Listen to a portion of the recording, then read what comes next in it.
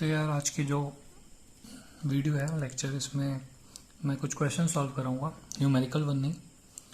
जैसे कि अभी सारी चीज़ें हम लोगों ने पढ़ी हैं अभी तक अपने पिछले लेक्चर्स में, उसका इम्प्लीमेंटेशन है।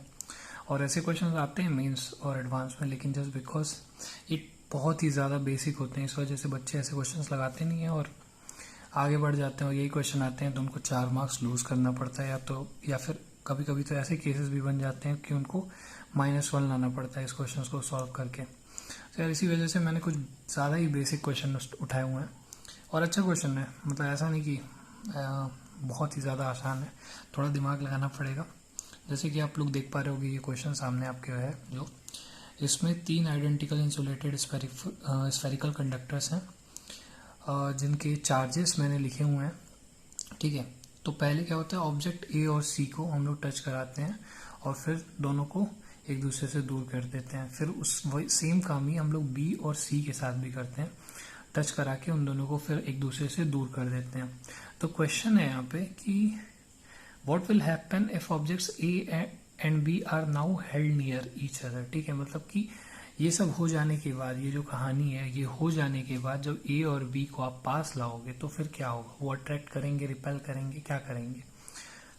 और वैसे ही सेम यहाँ भी है। दूसरा क्वेश्चन, मतलब दूसरा पार्ट इस क्वेश्चन का, कि क्या होगा जब ए और सी को आप लोग पास ले आओगे। ठीक है, अट्रैक्ट करेंगे, रिपेल करेंगे, क्या होगा। तो देखते हैं यार, जबकि पहले हम लोग क्या कह रहे हैं कि ए और सी को पास ले आए हैं। ठीक है, इसका सोल्यूशन कुछ ऐसे होगा कि ए पे +3 माइक्रोकूलम चार्ज है और सी पे है -6 माइक्रोकूलम चार्ज। तो नेट चार्ज जब एक दूसरे के पास आएंगे तो क्या हो जाएगा, 3। ठीक है, जो कि -3/2,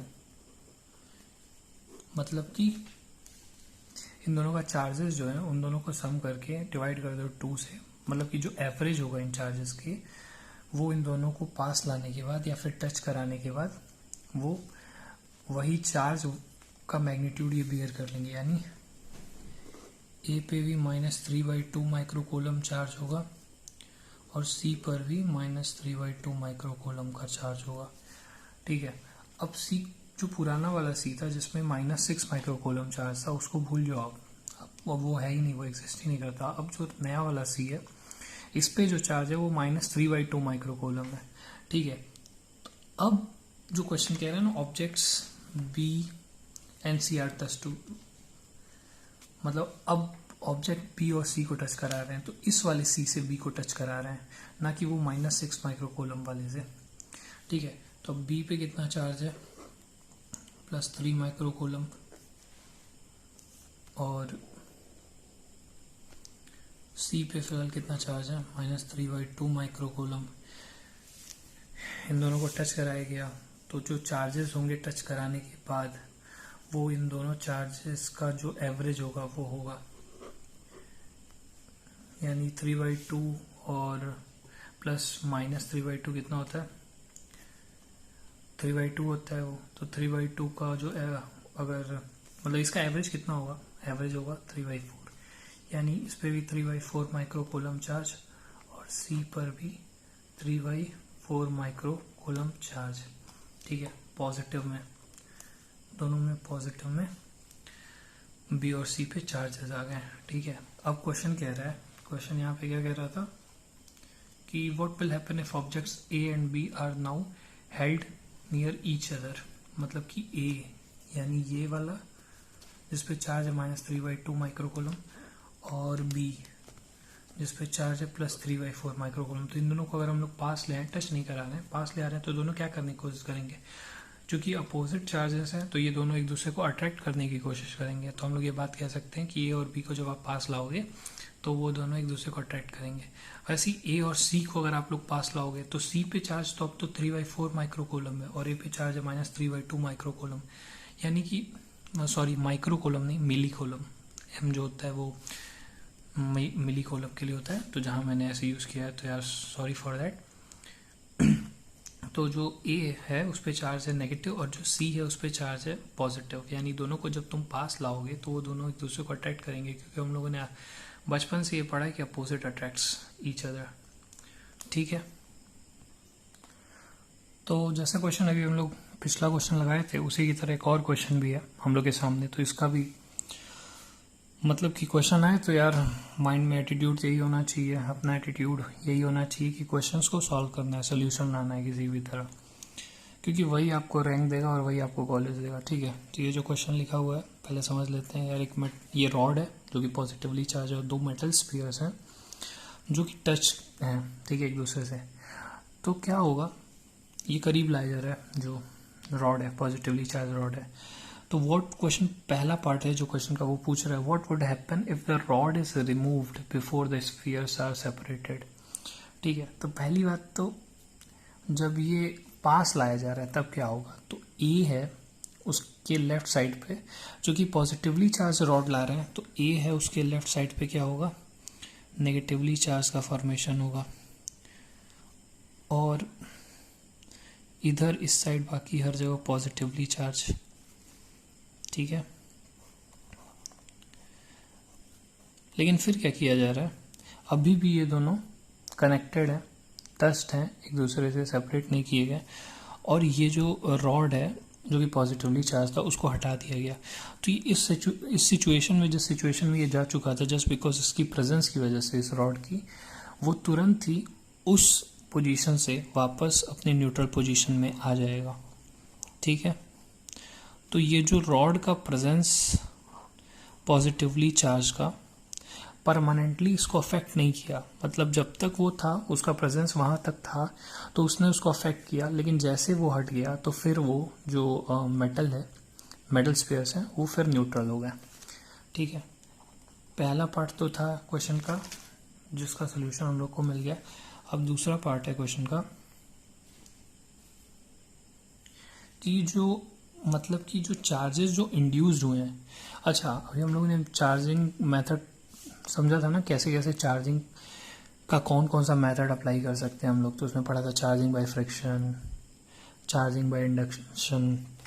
ठीक है, तो उसमें चार्जिंग बाय कंडक्शन भी था एक।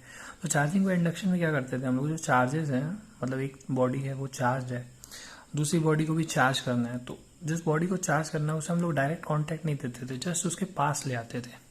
तो ठीक है, यहाँ पे हम लोग चार्ज बाय इंडक्शन ही कराने की कोशिश कर रहे हैं, तो ये बात दिमाग में रखने की ज़रूरत है। तो इसी वजह से मैंने पिछले भी लेक्चर में अपने कहा था कि यार देखो बेसिक पढ़ना बहुत इंपॉर्टेंट है, क्योंकि बेसिक से ही क्वेश्चन आते हैं मेंस और एडवांस में, और जस्ट बिकॉज हम लोग हमेशा ये सोचते रहते हैं कि टफ क्वेश्चंस पहले करें, टफ क्वेश्चंस पहले करें, और इस चक्कर में जो हम लोग के रिजर्व मार्क्स भी होते हैं वो भी हम लोग नहीं अचीव कर पाते हैं। तो यार ऐसी गलती नहीं करनी है, ऐसे आसान आसान क्वेश्चन भी हम लोग को करने होंगे।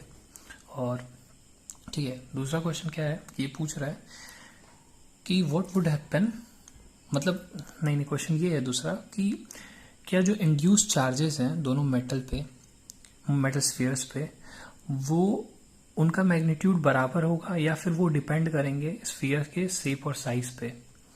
ठीक है, तो इसका आंसर यार मैं क्वेश्चन लिख दूं, एक मिनट मैं क्वेश्चन लिख ही देता हूँ। तो यार जो सेकेंड पार्ट है इस क्वेश्चन का तुम्हारे सामने है, देख सकते हो तुम लोग।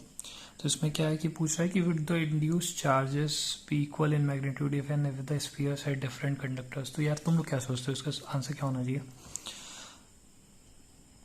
यार चार्जेस जो होंगे मैग्नीट्यूड में इक्वल ही होंगे, क्योंकि सोचो ना कि जब ये रॉड नहीं था, वो पूरा जो सिस्टम था ए और बी का वो तो न्यूट्रल था।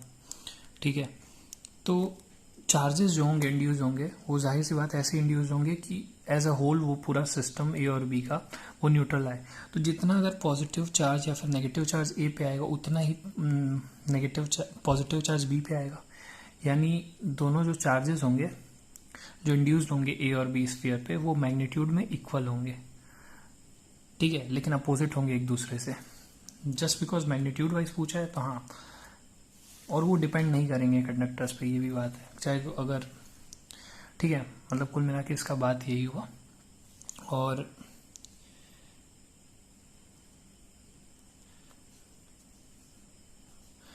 तीसरा पार्ट जो है इस क्वेश्चन का, तो दोस्तों इस ये जो क्वेश्चन अभी हम लोग लगा रहे थे उसका थर्ड पार्ट भी है, जो कि पूछ रहा है what will happen if the rod is removed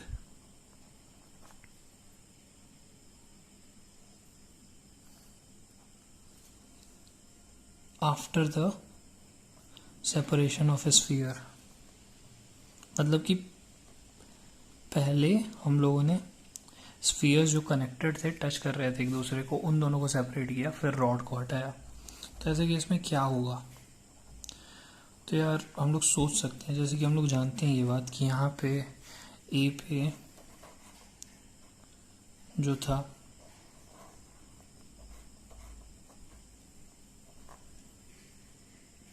negative charges थे इधर, और इधर पॉजिटिव चार्जेस हर जगह थे। ठीक है, अब हम लोगों ने क्या किया कि ये जो पॉजिटिवली चार्ज रॉड था इसको हटा दिया। नहीं, अभी नहीं हटाया, पहले मतलब इन दोनों को दूर किया। तो अब इस पे क्या होगा, पूरी तरह से जो नेगेटिव चार्जेस यहाँ थे और यहाँ पे जो पॉजिटिव चार्जेस थे अभी इवनली डिस्ट्रीब्यूट नहीं हुए होंगे। ठीक है, अब हटाने के बाद जो रॉड था पॉजिटिवली उसको हटा दिया गया हम लोग। अब क्या होगा, इसके बाद जो चार्जेस का है वो सेपरेशन होगा, मतलब कि डिस्ट्रीब्यूशन होगा ए और बी पे यूनिफॉर्मली। ठीक है, और बी पे ऐसा हो जाएगा कुछ पॉजिटिव हर जगह। ठीक है, तो यार आज की वीडियो के लिए इतना ही, और जो मैं आशा करता हूँ कि जितनी सारी चीज़ें आज मैंने आप लोगों को बताई होंगी, मतलब बताई होंगी क्या, जो बताई है आप लोग को समझ में आया होगा, और ऐसे ही अच्छे क्वेश्चंस और भी मैं लगाने की कोशिश करूँगा अगली वीडियोस में। तो अभी के लिए इतना ही। Thank you, bye bye and take care.